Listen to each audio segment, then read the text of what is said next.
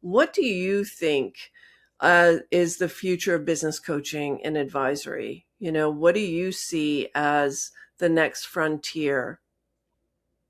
You know what, Deborah? The next frontier is is so old school, it's almost painful. And this is it. Because AI is taking over so much and tech and there's lack of authenticity all around us, people are craving more in-person experiences more than ever before. They just want that more organic, one-on-one, close-knit, intimate experience. They want to feel the energy of the person in the room.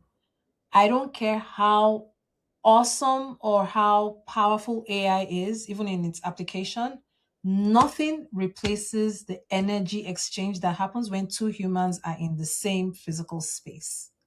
And that right there is where the honey is at. Like, if we're really trying to connect with people and really help them going forward, I honestly believe that that is where it is at. Yeah, I agree with you 100%. I'm loving this conversation, Kepo. Thank you so Mhm. much.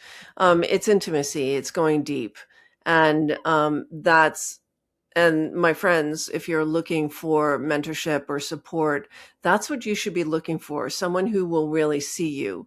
If you're looking for colleagues and collaborators, being in rooms of small rooms, not Zoom rooms with hundreds of people who have bought the same program, who are vying for 30 seconds of airspace to ask a question, but where you're seen, you're understood, your difference is noted, and you're in a room of people who are like you.